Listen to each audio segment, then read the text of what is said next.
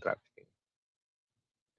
Kamusta ho? Nanonood kayo ng news listener. Ako po si Angelo. At pag-usapan natin tong balita ay kung saan ang NBI po ay magfa-file ng kaso laban kay Mike Defensor. Ito po ay kaugnay sa sex or human trafficking doon sa kanyang establishment. Okay? Kung natatandaan niyo po, yung NBI nag-raid po itong taon na ito sa isang KTV bar sa doon sa nalimutan ko kung sa Makati. But definitely merong isang establishment na itong KTV bar ay isang disguise para makakuha daw yung parokyano ng babae doon sa loob at pupunta sila sa taas, which is yung Blue o Hotel na pagmamay-ari daw ng pamilya ni Mike Defensor. So, let's watch yung actual na press conference ni Attorney Matibag, NBI Director, sa mangyayaring kasuhan laban kay Mike Defensor. So, play natin to guys, galing sa ABS-CBN News. Service, pwedeng pa-recall lang po, ano yung, paano natin ma-establish na because nag-change ng design ng building may human trafficking na? I mean, ano yung mga purpose ng false stairs para lang ma-recall? Alam lahat ni Mike Defensor yung nangyari, being the chairman of the company nung Pinpoint. And lahat ng nangyari na pagbabago roon will lead to doing that human trafficking, yung paglagay ng false doors, ng false stairs, yung paglalagay ng rooms na dapat offices, ginawang hotel rooms, makita nyo sa original plans, ilan lang talaga yung doors. So yung pagpapalit, in fact, yung office niya supposed to be is yung nasa likod ng stage nung Chicago KTV. So he has knowledge, he has personal knowledge, hindi ordinary na nagpaparenta lang siya.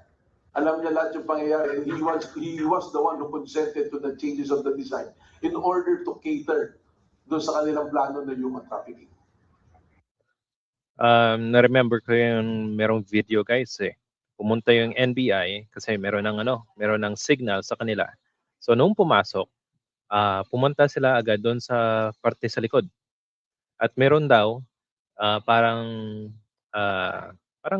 aquarium where nilalagay po yung mga babae. At yung mga lalaki daw ay pwede silang pumili sa mga babae daw. So parang table doon sa KTV. At pagkatapos noon ay pwede daw pumunta doon sa likod ng stage where merong access yung likod na yon pupunta ng hotel sa itaas. Imagine niyo KTV is pang pamilya. Diba? At pag pinag-uusapan po ang KTV bar, masaya, ang daming kantahan, pagkain, etc. etc. Pero mukhang ito yung yung parang disguise para kumita yung kanilang pamilya sa ganitong paraan, which is grabeng krimen sa Pilipinas, human trafficking. Kaya nga kasi yung mga babae pong involved, 'di ba? Parang pinangakuan ng magandang buhay. Unfortunately, hindi 'yun nangyari. So, let's continue. Okay. Now, sa Ateneo case... Ito, there's the video being played. Makikita nyo dyan. I think this is from our friend Jan Consulta. Makikita, ayun, yung may kortina, tinapan nila yung door. So, actually, yung video na ito, hindi natin makikita yung actual na sinabi ni Attorney Matibag na merong video. Pero definitely, guys, you can search it online. Na merong kortina, tapos yung sa back kitchen, talagang nakita nila, tapos merong mga kwarto na doon nakatira yung mga babaeng biktima. Yung staircase na yan, supposed to be common yan eh. Nakabukas dapat yan eh. Sinara na nila yan at napaloob na rin sa Chicago KTV para maging access papunta dun sa Blue Hotel. Na dapat yung ending sa Blue Hotel niyan, common din. Naging yun na yung parang reception area ng Blue Hotel. So ayan, malinaw dyan eh. So ayan na, marami na, mga naging kwarto na supposed to be offices yan. Those are originally designed. So anim na hotel rooms ang ginawa, parang dapat dalawang malaking office space yan. Tapos nakita nyo dyan, kinakausap ko kung talagang may actual na nag-check-in. At mamaya, on the next part niyan, mayroong notice doon. Yung notice doon sa Blue Hotel, Clip Point ang nagbibigay ng notice, Clip Point Development Corporation, where si Mike Defensor is the chairman of the company. At yung Yun, klarong-klaro. Kasi nga, pwede na lang tignan kung sino po yung may-ari ng kumpanya ng building na ito. At clearly si Mike Defensor. At imagine nyo, sasabihin niya, hindi na daw alam sino yung loko-lokong tao na magrerenta sa iyo isang establishment pero hindi mo alam. 'Di ba? Clearly parang ginagago ka eh. At itong pag-file ng kaso dito mapapatunayan nga kung meron siyang sala o wala. Kasi nga clearly yung NBI na nasa kanila na yung mga ebidensya, etc. etc. So, ngayon, sa Friday daw, ay pwede na siyang kasuhan. At kung makakasuhan itong si Mike Defensor, yari siya.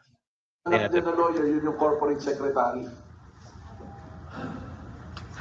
Ayan, established naman eh. Ito, yan yung Chicago KTV, yan yung sinasabing makita nyo, sarado talaga yung ginawa nilang entrance ng kotse, yung tinuturo namin kanina sa plano. Supposed to be rental na space din yan, binutas nila. Bakit ginawa yun? Para mas madali ang access doon sa Chicago KTV. Tapos yung building na yan, dati yan, Pogo operations meron dyan. Nung legal pa yung Pogo. So, bakit naglagay ng Chicago KTV, sinong target customers? Yung mga nagtatrabaho sa Pogo. Mga Chinese workers na nagtatrabaho sa Pogo. Aray, so merong malaking pera talaga. Pogo eh, di ba? At yung Pogo po, remember, nabana po matagal na. At dito talaga ang daming pera na scam sa iba't ibang panig ng mundo. Mabuti nga nakita po ng NBI ito. Yun yung sinasabing may fire exit sa likod. Damuhan na eh, walang babagsakan eh. Yan, makikita nyo. That's the reason why it took time for us dahil we follow Memorandum Circular number 20. Reasonable certainty of conviction yung inahabol namin dito. And with all this evidence, all these pieces of evidence, we are very certain that there will be a conviction once they not get back sa court.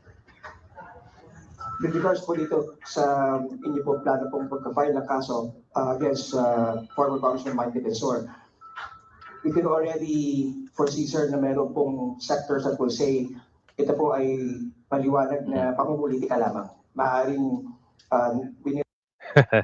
para sa akin, ang nagsasabing pinopolitika sila klarong-klaro merong violation, merong kaguguhan ang ginawa ng kampanya. At kung pamumulitika po ito, humarap na lang sila. Kasi nga nasa NBI na po yung ebidensya eh. So paano magiging politika 'yan? Kung wala silang kinakatakutan, okay? At wala silang ginagawang masama, harapin nila. At kung sasabihin na pamumulitika, nasa politika sila eh. Kumbaga, kung inaakusahan mo yung gobyerno na kumuha ng bilyong-bilyong pera, okay? Ano ka ngayon? Yung credibility niya as a whistleblower ng mga kasama ng 18 Marites ay guguho. Kasi nga, ni isang document, evidence, hindi mo lang nila may presenta ng mas maayos. Kaya nga, ang daming butas. So, wag niya nang isipin na pinopolitika siya. Dapat isipin niya, harapin niya, at kung meron talaga siyang panlaban doon sa kaso ng NBI, presenta niya. O, di ba? O, ano, kasi ang sagot niya. yung inyo pong posisyon para ho tuligsain ang perceived na kalaban po ng gobyerno. Pero on your end, sir, ano pong take niyo po dito? Well, nakita niyo yung ebidensya, malinaw yung mga ebidensya natin. That this is the very reason why we're putting out the evidence to the public. So that the public can judge, politika ba talaga to? O talagang may violation ba na ginawa? At lumalabas doon sa ating pag-iimbestiga, it took time. Kailan yung natin na-read to? Parang 2 months ago, no? Or 2 months ago na natin na-read to. Ngayon natin pa-file kasi nag-gather pa tayo ng dokumento, nakipag-ugnayan pa tayo. So yung namang kaso nun sa asawa at sa anak niya, umaandar na yun, this will be the additional case that we will file. Kasi ang nagiging depensa niya, sabihin, lesser lang kami eh. So hindi namin alam yung nangyayari dyan. But it will appear dito sa mga ebidensyang nakuha natin, hindi maitatanggi na alam yung mga nangyari, even the change ng mga design to accommodate yung pag-promote ng prostitution doon sa Chicago KTV in relation to the Blue Hotel. Okay. Sir, kung halimbawa po i-deny po nila na wala silang alam doon sa pangyayari or operations ng human trafficking, what's your take on this? Mahirap eh, kasi consciously, alam mo, nilagay mo yung false door, nilagay mo yung false stairs, tapos ang nag-ooperate nung Serene, nung sa Blue Hotel, pamilya mo, tapos ikaw din yung flip point, binutasan mo yung dapat na hindi daanan. You violated the design, yung building code. Para ma-suit mo dun sa purpose mo. Bakit nilapit mo yung pasukan ng kotse? Because alam mo, illegal yung ginagawa. Bakit mo sinara yung dapat na yung main entrance papunta ron at naglagay ka ng maliit na lagusan? Yung opisina mo, nandun sa likod ng stage, original sa design, nandiyan dyan. So, at yung dapat na opisina naman, ginawa yung hotel, ilang kwarto yung nilagay ninyo. Oh, it is an entire ecosystem na yun na talagang meron talaga, at malinaw yung intent, malinaw yung motibo na gusto mong gamitin yun for human trafficking. And you targeted, at that time, sinabi mo nga, yung building na nandiyan dyan for cooperation, meron ka ng customers eh. May isang customer ka na. At alam naman natin yan, ba't nasara yung mga paborito? Anong primary reason? Because of human trafficking. So, doon pala matatahin natin ang maayos. Shoot no, sa Memorandum Circular number 50. There is a reasonable, more than reasonable certainty of conviction. Okay. Pasok na pasok sa banga, kumbaga. At yan ang kakabagsak ni Mike Defensor. So, yung nagpapalabas na merong mali-maleta, ito na nga. Meron siyang skandalo nung una sa PDAP. Tapos yung nung COVID-19, not PDAP rather. Tatanda ko sa DNR at ngayon sa human trafficking. At ano po yung mga penalty? Definitely malaki po. Life imprisonment at meron po siyang financial charges o kumbaga meron siyang kailangan bayaran. Mapatunayan na si Mike Defensor po ay nagkasala. Okay? Salamat po guys. Kung meron po kayong komento sa ating video, paki-comment po sa ating comment section. At if nagustuhan niyo po ito, please hit the like and subscribe button. Salamat and see you po sa susunod na video.